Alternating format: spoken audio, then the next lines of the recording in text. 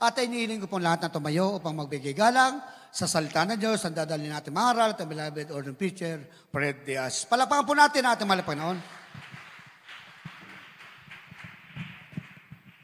God bless you, beloved preacher, Brother Ray. Tayo po'y manalangin na mahal. Hallelujah. Hallelujah. Praise the Lord. How good our thank you to this Jesus. Salamat, mahal na Panginoon. Si matamis, mahal na presensya, yung pinadawa sa bawat sa amin. Maraming salamat, mahal na Panginoon, sa iyong paggabay at sa paglangis sa bawat bahagi ng iyong palambahan, sa mga pag-awitan, sa mga patotoo, sa mga awitin ng Jesus' finest generation choir, mga tugtugan, slamentales, inalangisan, sa bibigay. Salamat pa sa mga nakimatapapat. Pag-aaral salita, mahal na Panginoon, ikaw magpala, sa ganakil ako magawa, umasalam ako sa inyo, sa nilangin aming ginagalang, mahal na Pastor. Bless the children once again, Lord, through your word. Lagi sinasaway lahat ko ng kaaway. I bind the of Satan in the name of Jesus. Timo sa milipang tao, sa opposing spirit, I command you in Jesus' name, kasal out. Right now, in the name of Jesus. In the name of Jesus. Thank you, there is Jesus. Hallelujah. Praise the Lord. The highest praise, glory, honor, and power be unto the Lord our God, our Lord Jesus Christ. Hallelujah. He is the King of kings and the Lord of lords. I like to give double honor, respect to the beloved pastor, evangelist Wilde Estrada Almeida, the end-time prophet of loving God. And we always remember and cherish the blessed memories of our beloved assistant pastor, Lina C. Almeida, our beloved Mama Dear, sa kanilang mga beloved children. Binabati ko rin po kasama po natin. Isa sa mga apo natin, mga pastor, beloved Paul Almeida, and beloved Cyrene. Hallelujah, God bless you. God bless you po sa inyo. At binabati ko rin po lahat ating mga beloved preachers, beloved co-workers, at yung mga webcast viewers, instrumentalists, mga choir members, at sa inyo lahat na mahal. Magandang hapon po rin naman na Panginoon. Kindly read 2 Peter chapter 3, verse 8 to 9. Kalawang Pedro 3, 8 at 9. Datapwat huwag ninyong kalimutan, mga minamahal, ang isang bagay na ito, na ang isang araw sa Panginoon ay katulad ng 1,000 taon, at ang 1,000 taon ay katulad ng isang araw. Hindi mapagpaliban ng Panginoon tungkol sa kanyang pangako, na gaya ng pagpapalibang ipanilalagay ng iba, kundi mapagpahinuhod sa inyo, na hindi niya ibig na sino man ay mapahamak, kundi ang lahat ay magsipagsisi. Amen. No more delay. Yan ang ating topic sa araw nito. No more delay. Hindi na maantala. Ang tinutukoy po dyan, yung pagbabalik na Panginoon. Kasi, kung babasahin mo sa Banal Kasulatan, may mga delay talaga. Yung mga pangako ng mahal na Panginoon, may mga delay. Pagpapala, katugunan mga prayers, marami dyan, may mga delay. Ganon din sa kanyang pagbabalik. Mayroon din mga delay. Pero sa ating pag-aralan, no more delay. Pag nakita mo lang yung mga nangyayari, mga tanda, wala nang delay yun. Amen? Sabi niya sa 2 Peter 3, doon muna sa 3. Ano sabi niya sa 3? Kung lang po magpabasa,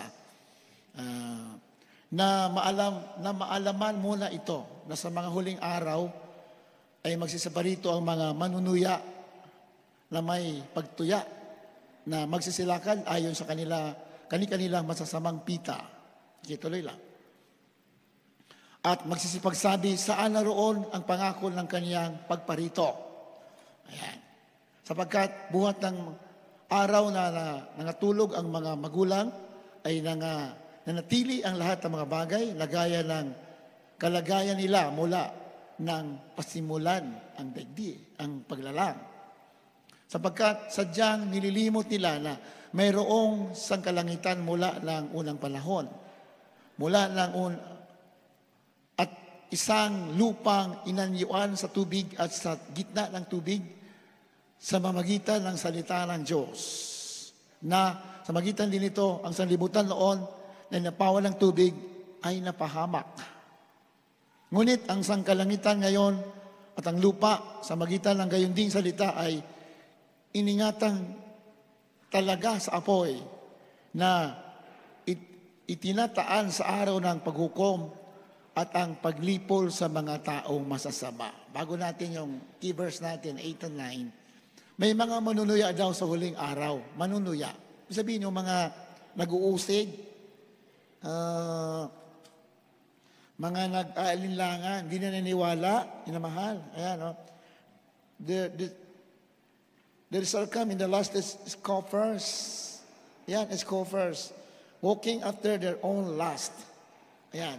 Yung mga manunuya, lumalakad sila sa sarili nilang mga pita. So, most of them don't believe the Word of God. O kaya naman, they are just taking for granted the Word of God. Akala nila, hindi mangyayari. Di ba? Na kung gaano, sabi ng masulatan, kung gaano yung lumang daigdig, inapawan ng tubig sa magitan ng baha o dilubyo, panahon ni Noah, ganun din naman. Nangyari yun, ganun din naman, sa huling panahon, hindi na tubig, kundi apoy. Amen?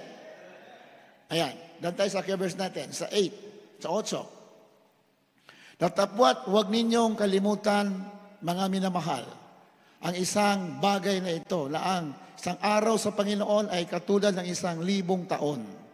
At ang 1,000 taon ay katulad ng isang araw. Ayan. Paano natin maintindihan na mabuti yan? Mahal. Ang isang araw, huwag natin kalimutan, ang isang araw sa Panginoon ay katulad ng 1,000 taon. At ang 1,000 taon ay katulad ng isang araw. Sabi sa 9, hindi mapagpaliban ang Panginoon tungkol sa kanyang pangako. Kasi nga, may mga delay. Pero, kahit madelay yan, yung pangako ng Diyos, matutupad at matutupad. Palapakan natin, Panginoon. Amen? Para yung naglalakbay ka, di ba, nagbabiyahe ka, nagdadrive ka, halimbawa, from Baliwag, Bulacan to Makati, expectation mo, marahil sabi mo, in 2 hours time, makakarating ka na sa Makati. Pero dahil sa maraming matraffic, maraming hadlang, 3 oras ka na babiyahe, hindi ka pa rin nakakarating. Dahil may mga circumstances sa daan, di ba?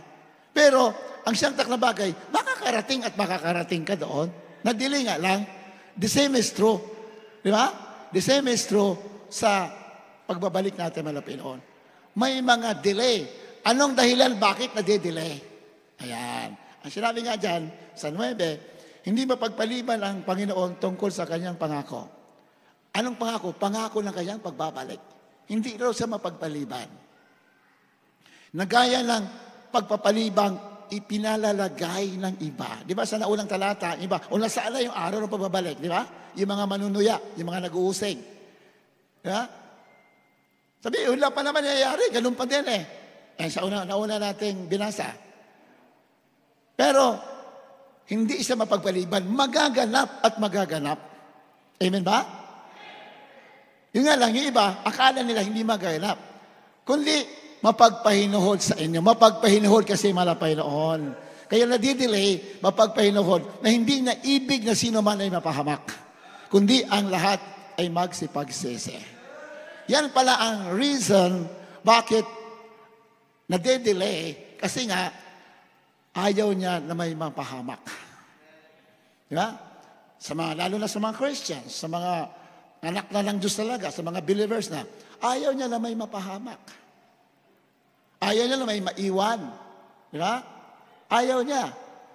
Kaya, nade-delay, gusto niya magsipagsisi muna ang mga tao. Unbeliever o Christians, kailan may sipagsisi? Kasi kahit naman Christian, yung panlalamig natin, kasalanan yan.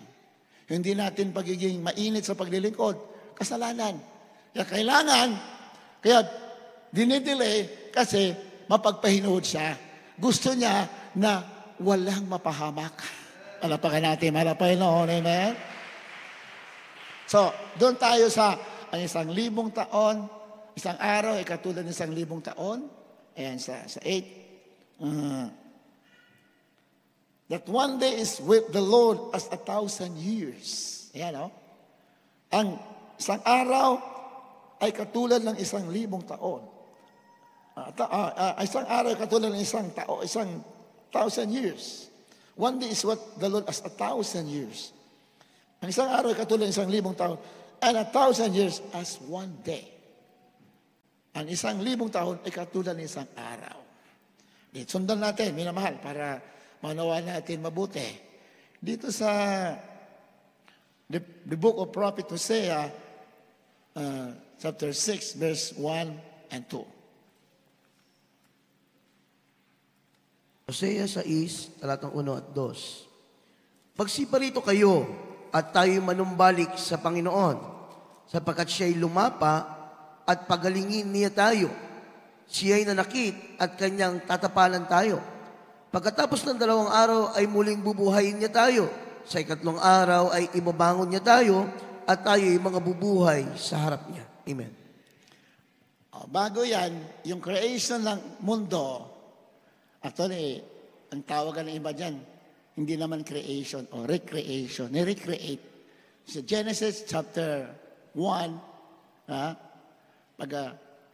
pagbasa mo sa 1, di ba, sabi doon, in the beginning, God created the heavens and the earth. Kung basahin mo mabuti yan, yung original creation sa verse 1, original creation ng nilikha talagang sanlibutan, napakatagal na panahon. That was millions of years ago. Or even billions of years. Yung original creation, nung galing talaga sa wala. Yan. Sa Genesis chapter 1, verse 1, in the beginning, God created the heavens and the earth. Galing sa wala, yung original creation talaga. Ang mundo, wala talaga ang earth, wala ka makikita. God created the earth out of nothing. Amen? Galing sa wala. Wala talaga lahat. Wala. Pero pagdating sa verse 2, mayroon lang tubig, madilim. And the earth was without form and void. Walang forma. Dating sa verse 2, may tubig, madilim. Yun ang earth. Kaya, inayos na yung earth. Yun talaga kung babasahin mo lahat yan. Pero ang original na creation sa verse 1, galing sa wala. Ngayon lang, ang mundo ay nasira dahil nga yung itinapon dito yung diablo. Si Satan nasira. Nasira ang earth dahil tinapon yung diablo. Kaya nagdilim, walang form, puro tubig. Diba? Doon na inayos ng Diyos. Ayan, alam niya na yan. Yan. Yan ang dyan, story yan. Then, anong creation dyan? Diba?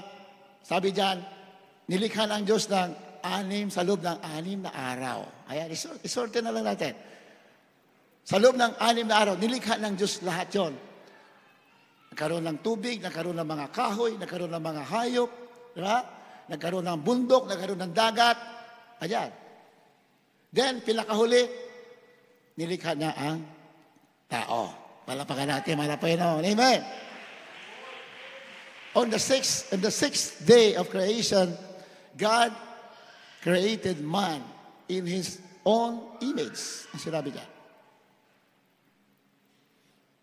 So, inayos na, nilagyan na ng halaman, mga hayop, mga kahoy, mga prutas, andyan. Then, panghuli, yung tao.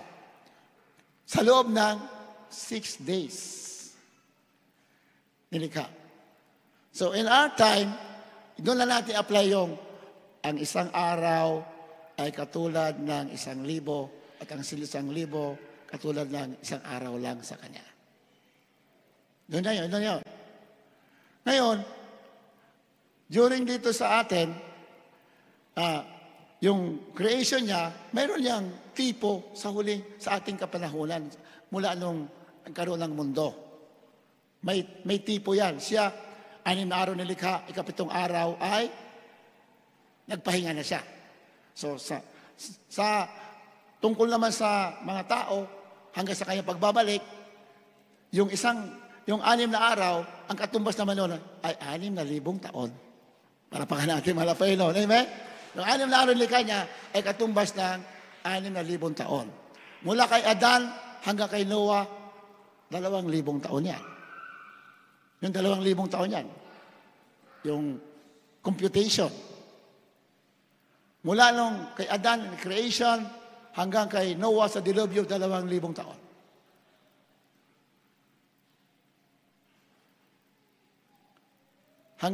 Mula sa dilubyo hanggang sa pagpunta natin malapino ng katawan tao, 2,000 taon din yon. Kaya 4,000 years na. 4 days na, 4 days. Mula sa pagkatawan tao malapino, kanyang pagpunta bilang tao, hanggang sa kanyang babalik, 2,000 taon din yun. Those 6,000 years na. 6 days na. Yun ang kaugnayan doon. Ang isang araw ay katubos ng 1,000 taon. 6 na araw nilikha ang mundo. Di ba? Kapit yung araw nagpahinga siya. So, 6 na araw na ngayon, nandito na po tayo. Mula ng creation, nandito na po tayo sa ika-6,000 taon. Palapakan natin, malapay noon. Ika-6,000 taon. Siya'y nagpahinga, nagkapito, dito naman ay magkakaroon ng millennial reign of Jesus Christ. 1,000 taon naman sa maghahari. Kanyang pagbalik dito, pagbaba niya sa lupa, maghahari sa 1,000 taon. Katumbas noong ika-7 araw na kay paglikha doon sa panahon ni Adan. Nagpahinga siya ng ika-7 araw, ang tawag doon, rest day. On the seventh day, God rested. Yeah? Nagpahinga siya. So, ganun din ngayon, na mahal, after 6,000 years, pagbaba niya rito, magkakaroon ng paghahari. Pati yung mundo, magpapahinga dahil mawawala ang kasalanan. Palapakan natin, malapay noon. Amen? Mawawala na po yung kasalanan. So, babalik na yung original na plano ng Diyos sa mundo na mawawala ang kasalanan. Ibabalik yung paraisong nawala dito. Palapakan natin, Panginoon. Amen? Ibabalik yung magandang plano ng Diyos na delay, na hadlangan. Bakit? Dahil nga po sa kaaway. Pero, lahat yan, kung ano ang plano ng Diyos, kahit hadlangan pa yan, yan ay matutupad at matutupad. Amen? Kahit sa inyo, may mga pangako malapit sa inyo. May mga pangako na kayo pagpapalain. Pangako sa Biblia. May mga prayers kayo na pinaramdam sa inyo ng Diyos na yan ay ibibigay sa inyo. Minsan hindi pa nangyayari, pero dahil pinangako niya, yan ay magaganap sa inyong mga buhay. Amen? Magaganap yan. Kailangan natin maghintay at magtyaga. Dito sa Hosea sa 6:1-2, ano sabi dyan? Magseparito kayo at tayo'y manumbalik sa Panginoon sapagkat siya ay lumapa at pagagalingin niya tayo. Siya ay nanakit at kaniyang tatapalan tayo. Sa 2. Pagkatapos ng 2 araw ay muling bubuhayin niya tayo. Sa 3 araw ay ibabangon niya tayo at tayo mga mabuhay sa harap niya. Yan naman, ang tinutukoy naman niya na yung 2 araw, 3 araw tinutukoy, yan naman po yung 3,000 years na grace. O 2,000 years na grasya. Yan, balik natin sa 1. Yung grasya na binigay sa atin, na mahal, pakibalik sa 1, Hosea 6:1. Ayan, o. Yung grasya na binigay sa atin, na mahal, 2,000 taon o 2 araw. Ayan. Kasi nga yung isang araw ay katumbas 1,000 taon. Ha? So ang grasya binigay sa atin para maligtas tayo, na mahal, ay 2,000 taon. Nakuha niyo ba, minamahal? 2,000 taon. Yung biyaya para maligtas ang mga tao sa mundo. 2,000 taon. Para maipangaral yung ebanghelyo, ang gospel, ang binigay na panahon ay 2,000 taon. O sa hula, sa Hosea, 2 araw. Ayan. Ang araw kasi ay tumbas 1,000 taon. Mula nung ang ating mahal na Panginoon Jesus ay namatay sa krus ng Kalbaryo at sa panahon natin ngayon ay 2 araw na o 2,000 taon na. Ayun. Yun ang grasya na binigay. Yun ang biyaya na binigay sa mundo na mahal para maligtas sa mga tao ay 2,000 years o 2 days sa prophecy. Sa hula kasi sa mga prophet, pag sinabing 2 days, it means 2,000 years o 1,000 years per day. Kada araw 1,000 taon. So, 2,000 years yung 2 days. So, mula ng ating mahal na Kristo ay napako sa krus sa Kalbaryo, ay hanggang ngayon ay 2,000 taon na. Yun po yung biyaya para tayo maligtas. Palapakan natin malapin. Lahat ng tao, 2,000 taon ang binigay na chance para maligtas. Kaya nung nangaral si Noah, di ba? Sabi naman sulatan, ang pagbalik ng anak ng tao ay katulad ng panahon ni Noah. O ilang taon nangaral si Noah? Kay Noah, maikli lang. 120 years. Si Noah nangaral. Unang araw, ang sabi ng mga Pinoon, magpapadala ko ng dilubyo sa mundo. Yan ang sinabi. Kailangan ang mga tao sumakay sa arka. Maggawa ka ng arka at kailangan sasakay sila doon dahil magpapadala ko ng dilubyo. Ang hindi sasakay ay mapapahamak. Yun lang ang pangaral na binigay kay Noah ng Diyos ng ating mahal na Panginoon. Kailangan maghanda sila. Ay, gano'n naman ang Panginoon, maghanda, magsisi. Kasi nung araw, panahon ni Noah, puno ng kasamaan eh. Puno-puno ng violence, kasamaan ang mga tao. Punong-puno ng karahasan. Ang sabi ng Panginoon, magpagawa ka ng arka dahil ako'y magpapadala ng baha. Hindi man alam ni Noah na kung hanggang kailan siya mangaral. Basta siya nagsimula mangaral, unang taon, umabot ng 120 years. Diba? Siguro pagdating ng 10 taon, sabi ng mga tao, hindi man totoo yung sinasabi mo, Noah. Simula pa lang nung nagsimula ka, 10 taon na ngayon, hindi pa nangyayari eh. O 20 years na, hindi pa rin. 100 years na, hindi pa nangyayari. Kaso, ang nilaan lang Diyos ay 120. Nung dumating ang 120 years, biglang nangyari. Palapakan natin, palapakan. Amen? Hallelujah! Praise the Lord! Nung dumating ng 120, ikaw 120 years, biglang nangyari. Kaya, hindi sila nakahanda. So, may delay. May delay. Bakit dinidelay? Para yung mga tao ay magbigyan ng pagkakataon makasakay sa barko. Amen ba? Ay, 100 years na, Noah eh. Wala pa naman sinasabi mo eh. Hindi pa naman nangyayari. Wala, hindi. False prophet ka. Baka yun ang sabi ng tao. Hindi totoo ka. Hindi ka totoong sugo ng Diyos. 100 years na eh. Mula nung unang taon, yun na sinasabi mo. Hanggang ngayon, ganun pa rin eh. Wala naman nangyayari eh. Sabi mo, babaha. Ang ganda-ganda ng panahon eh. Sabi mo, uulan. Yan ang panahon. Bakit 100 years na? Kami, tumanda na. Hanggang ngayon, wala pa. Kaso, nung dumating ng 120 years, kasi yun ang nilaan ng Diyos para maligtas sila. Nung dumating 120 years, eksakto 120 years, biglang umulan. At hindi na tumigil. Doon na sila nagulat. Kaya, walang nakasakay sa barko. Pero kung naniwala sila, sigurado yan. Sumakay sila sa barko. At handa sila, pinamahal. Kaso hindi sila naniwala. The same is true in our time.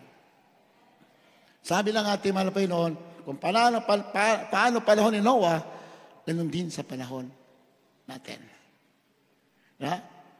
So, ano ang dahilan? Bakit yung mga tao sa panahon ni Noah ay hindi nakasakay? Ganun din ang dahilan. Bakit yung mga tao hindi maliligtas sa panahon natin? Andiyan naman sa nakasulat sa Biblia. Busy sila sa mga bagay sa mundo. Malapayan natin, malapayan. Ayan, Matthew 24, di ba? 24. Yan, dala natin yan. Kasi bakit yung mga tao hindi nakasakay sa barko ni Noah, busy sila, abala sila sa mga bagay na pangmundo lamang? Yun talaga ang reason.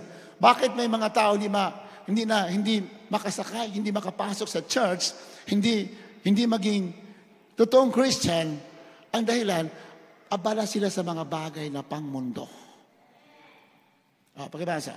Matthew 24:37 siguro yun. Mateo 24:37. At kung paano mga araw ni Noe, gayon din naman ang pagparito ng anak ng tao.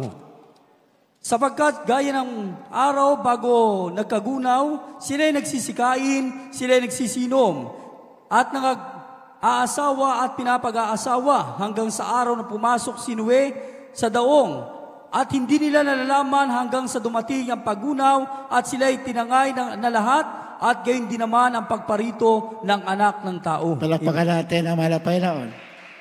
Di ba? So ang dahilan, bakit bakit yung mga tao pa rin na Noe at sa panahon natin ngayon, hindi nakapasok sa kakaligtasan kasi, ayan, ang sinasabi, sa 38, they were eating and drinking. Wala silang pinag-abalahan kundi kumain, uminom, di ba? Mga kasawa, ayan, di ba? Ibig sabihin, puro pang laman lang ang kanilang naisip. Wala silang pakialam sa mga bagay na espiritual.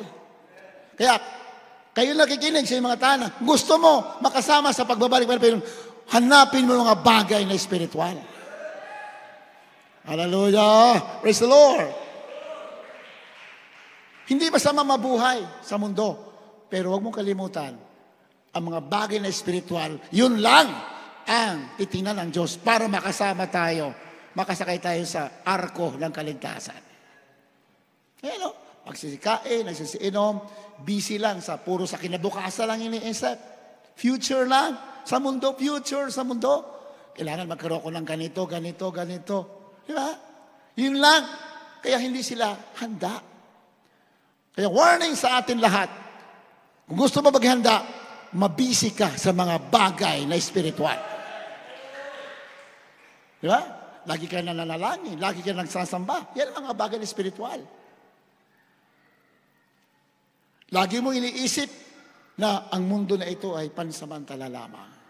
All the things in the world are temporary. Pansamantala. Sabi nga ng Biblia, all things that are seen are temporal. Huh? But all the things that are not seen are eternal. Ang mga bagay na nakikita ay pansamantala. Ngunit ang mga bagay na hindi nakikita ay magpasawalang hanggan. Ano yung mga bagay na nakikita? Kaligtasan, langit, pananampalataya, gospel. Hindi nakikita yan. Pero yun ang magpasawalang hanggan. Pero most of the people in the world are just looking for the temporal things. Mga bagay na pansamantala. Yeah, this is a solemn warning to everyone. Mahal. Ayun. Sapagkat gaya ng mga araw na bago nagkagunaw, sila yung nagsisikain, nagsiinom, at nangag-asawa, at pinag-asawa. Puro panglaman. Hanggang sa araw na pumasok si Noe sa daong. 39, sabi niya. At hindi nila nalalaman hanggang sa lumating ang paggunaw. Paggunaw, hindi nila nalalaman. Ganun din sa panahon natin. Ang pagbabalik malapay noon ay katulad ng mga nanakaw. Sa mga hindi naghahanda, hindi mo malalaman. Pero pag naghahanda ka, ipapaalam sa'yo ng ating malapay noon. Diba? So praise the Lord. Hindi nila nalalaman kasi hindi sila nakahanda. They are so busy with the things of the world. Kaya hindi sila, nalaman nila na totoo sinabi ni Noe na may dilubyo, nalaman nila, nandyan na yung baha, nandyan na. Kumbaga, tinatakpan na sila ng tubig, nalululo na sila, doon sila naniwala. Totoo pala sinabi. But it's already too late. Huli na, di ba? Dapat, bago dumating yan, dapat nakahanda na sila. Kaso hindi sila naniwala, kaya hindi sila naghanda. Nung dumating, tinatabunan na sila ng tubig. Naniwala na ako, but it's already too late for them. Di ba? Para ba yung mga atheists? Marami kasi yung mga atheists, diniwala sa Diyos. Yung mga elite people, mga mayayaman, masamang mga tao na kinokontrol ang ekonomiya natin sa mundo. Sa Biblia nakasulat. Naniwala sila kay Satanas, pero sila naniwala sa Diyos. Ha? Di ba? Isang, parang kamangmangan. Matatalino sila. Totoo naman sulatan. The wisdom of this world is foolishness with God. Naniwala sila na Satanas. Sinasamba nila. Pero, hindi sila naniwala sa Diyos. Dapat, mas maniwala sila na may Diyos. Dahil ang Diyos, yun lamang ay lumikha.